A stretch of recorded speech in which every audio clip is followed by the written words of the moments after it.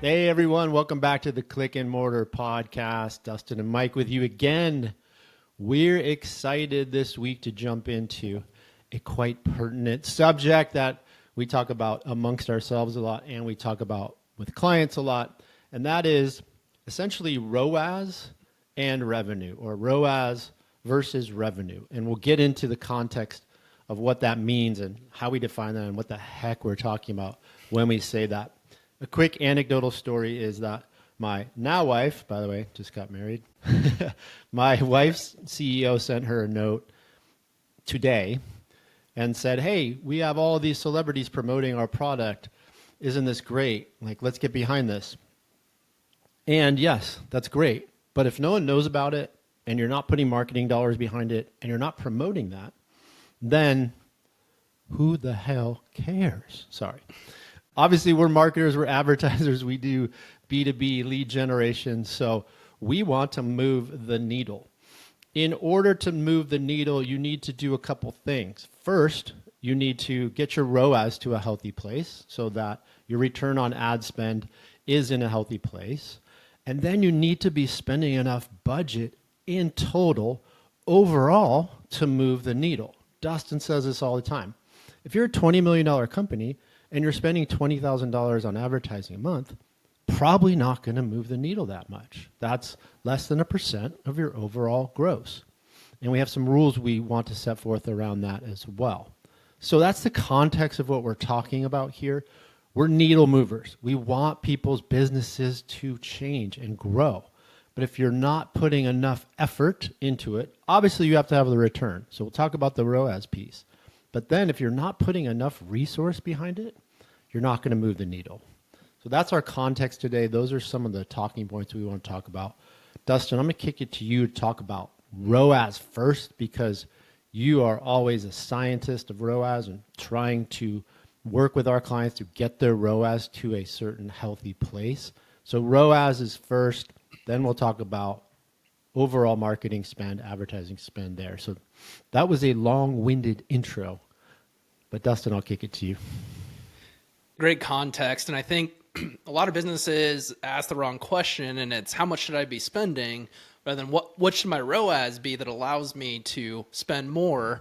And so, if you're not spending anything, that's going to be the first framework is the education, and you're not going to be going after ROAS. So setting a certain budget aside, and we'll get to how much in a minute, but setting a certain budget aside and knowing you're going to go 6 months and you're not going to get a return, a positive one. It's all education, but you're going to be A/B testing. You're going to be figuring out your messaging. Who's your audience? Where do you land them? What is your call to action? So it's going to take 3 to 6 months to really figure it out, and you're going to improve every month. But really, once you get to, and you need to identify what is your dead even, return on ad spend is, how much do I need to make for this to break even?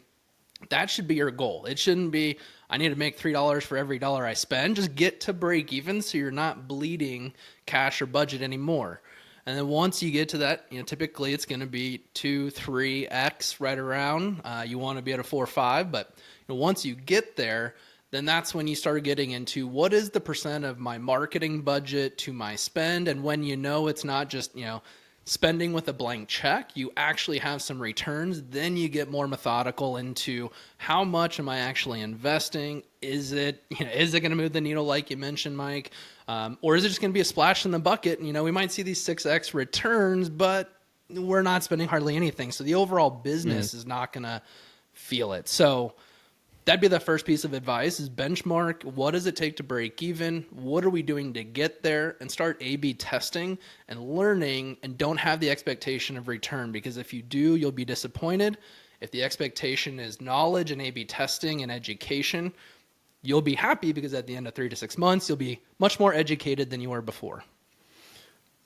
Great points. And we have a number of podcasts. We'd encourage you to look back in our archive and our resources on how much to spend, how to set goals at the beginning, what's a proper budget. We're very goal-based, and we focus on goals at the beginning. And it's a great point. When you start out, you're not going to go straight to the major leagues and hit 350. You get to learn, then you earn the right to move the needle with ROAS, and then hopefully you get to increase that overall budget. So these things are important. These are key starting points and metrics that we like to enforce as well.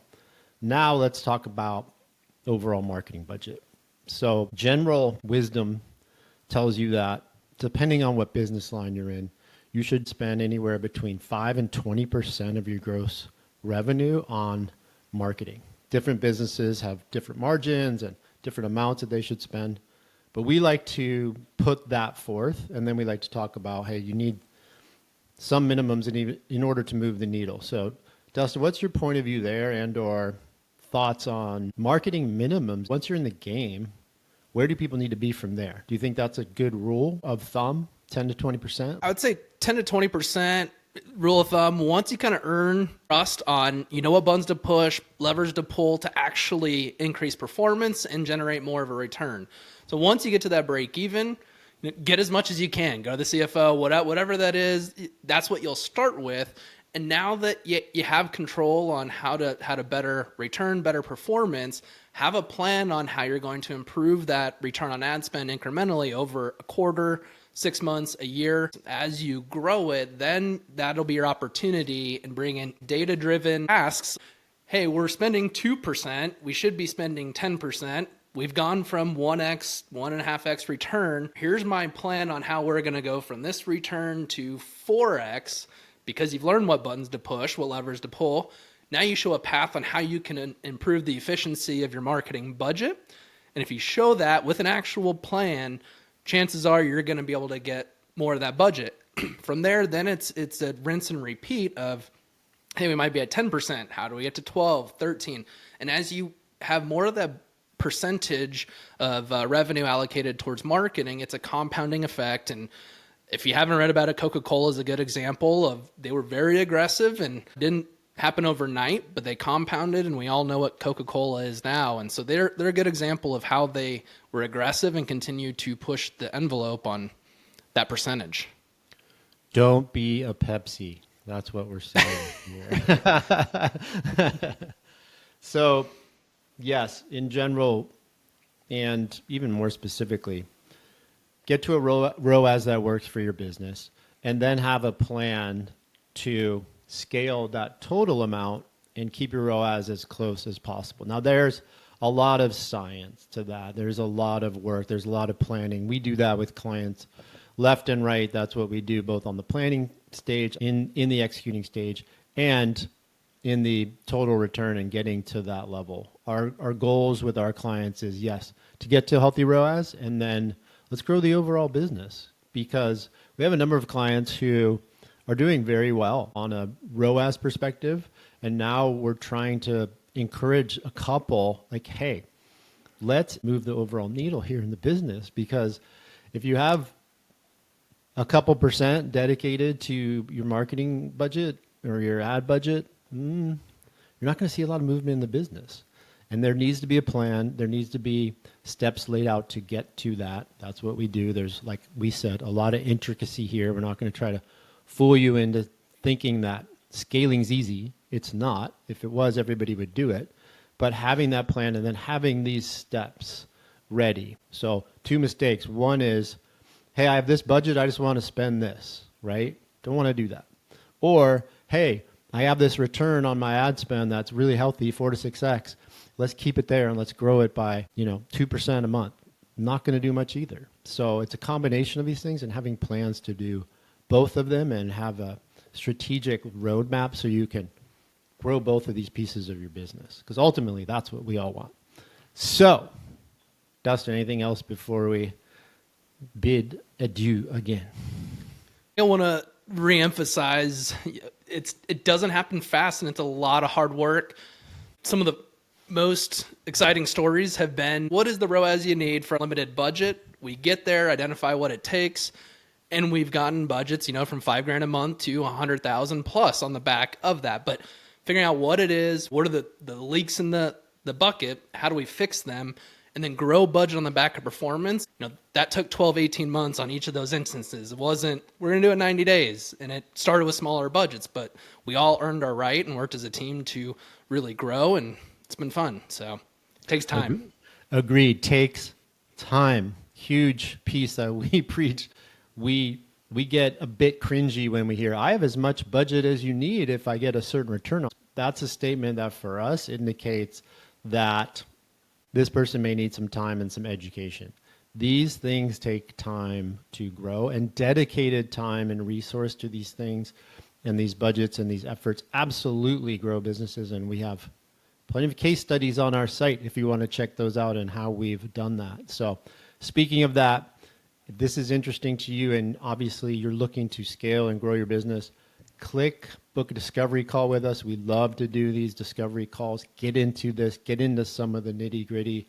We are going to be very real, down to earth with you about the realities of where your business is and what you need to grow. Dustin and I have looked at hundreds of businesses over the years, and so we get a really good barometer of where you are, what you need, and what you need now, and then what you're going to need in the future. So if this sounds interesting to you, please book a discovery call with us. There's places to do that on site. You can just click the button and you'll get time with Dustin and I. So, Dustin, any last words until we sign off for this episode? Benchmark and grow. Just do it. Love it. Always the clip. Benchmark and grow, just do it. All right, folks. Thanks for listening, and we will catch you next time on the Click and Mortar Podcast. Take care.